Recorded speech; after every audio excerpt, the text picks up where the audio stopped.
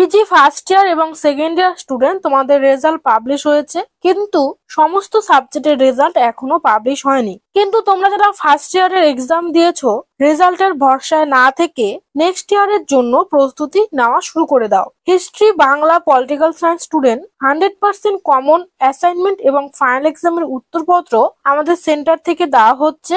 যারা নিতে চাও 7864819403 এই নাম্বারে যোগাযোগ করবে। খুব শীঘ্রই সমস্ত সাবজেক্টের রেজাল্ট পাবলিশ হয়ে যাবে।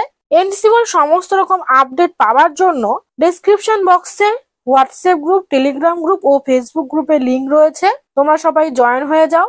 সমস্ত আপডেট সবার আগে গ্রুপগুলিতে দেওয়া হয়। ইউনিভার্সিটি অলরেডি 6 মাস লেট চলছে, যার কারণ হলো লোকসভা নির্বাচন, যার জন্য 2023-এর এক্সাম 2024-এ নেওয়া হয়েছে।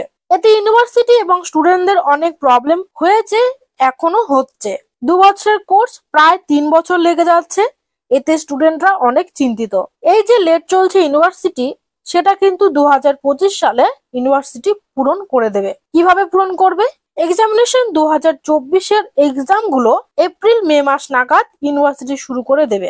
আগস্ট মাসের মধ্যে রেজাল্ট আউট করে ব্যাচ 2024-এর সমস্ত কিছু কমপ্লিট করে দেবে। তারপর 2025-এর যে ব্যাচটা রয়েছে সেটার জন্য কিন্তু আবার ইউনিভার্সিটি প্রস্তুতি নেওয়া শুরু করে দেবে। তোমরা রেজাল্ট আউটের আশাতে না থেকে নেক্সট এক্সামের জন্য তৈরি হও। ইউনিভার্সিটি এমনিতেও অনেক ক্ষতি করেছে স্টুডেন্টদের, এক্সাম দেরি করে নিয়ে রেজাল্ট এখনো পাবলিশ না করে। তবে সময়টাকে ব্যালেন্স করার জন্য ইউনিভার্সিটি খুব শীঘ্রই পরের বছরের এক্সাম শুরু করে দেবে। এতে স্টুডেন্টরা পরীক্ষার জন্য প্রস্তুতি নিয়েছে কিনা ইউনিভার্সিটি কিন্তু সেটা দেখবে না। তোমরা প্রস্তুতি শুরু করে দাও। ভিডিওটি ফ্রেন্ডদের সাথে শেয়ার করবে। কিছু জানার থাকলে অবশ্যই কমেন্ট করবে। ভিডিওটি দেখার জন্য সবাইকে অনেক ধন্যবাদ।